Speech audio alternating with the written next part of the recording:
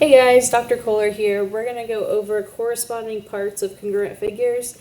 And if you just heard that title and you're kind of freaking out a little bit, don't feel bad. Corresponding parts are just parts that match up. So when I used my two hands, my left hand and my right hand as an example, and we said that my thumbs matched up, that's because my thumbs, one on each hand, are considered corresponding parts. Okay, so let me show you how that applies to what we're doing in class. So if we have this teal trapezoid right here, okay, and we have two versions of it, so they're congruent.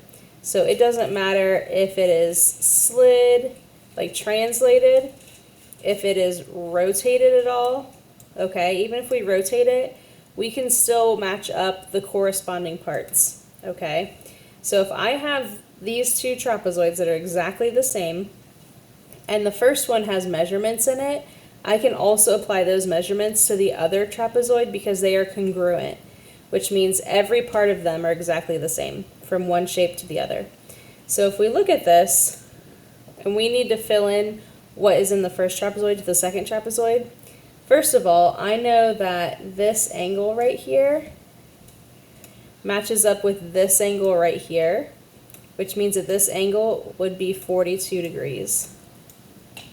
Because that's what it is in the other trapezoid. All right, the other thing that I know is that this short side right here, on the trapezoid is 5 feet, which makes this one also 5 feet. And the side opposite of that, that's parallel, this really long side of the trapezoid is 15 feet. So I know that this side is 15 feet. All right, and that's how I can fill in information from one shape to a congruent shape, just matching up those corresponding parts. Now, sometimes you don't get a picture. You just get, like this example, triangle BYE is congruent to triangle SAM. So, when we want to find those corresponding parts, we have to look at the letter placement in each name.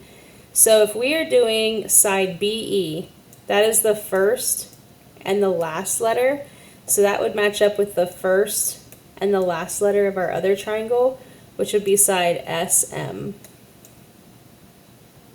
Okay, let me switch colors here. Same thing with the other question, angle Y. Y is right here, that's the second letter in this triangle. It'll match up with the second letter in our other triangle, so angle Y is congruent to angle A. All right, hopefully this helps. If it doesn't, come let me know and I'll help you.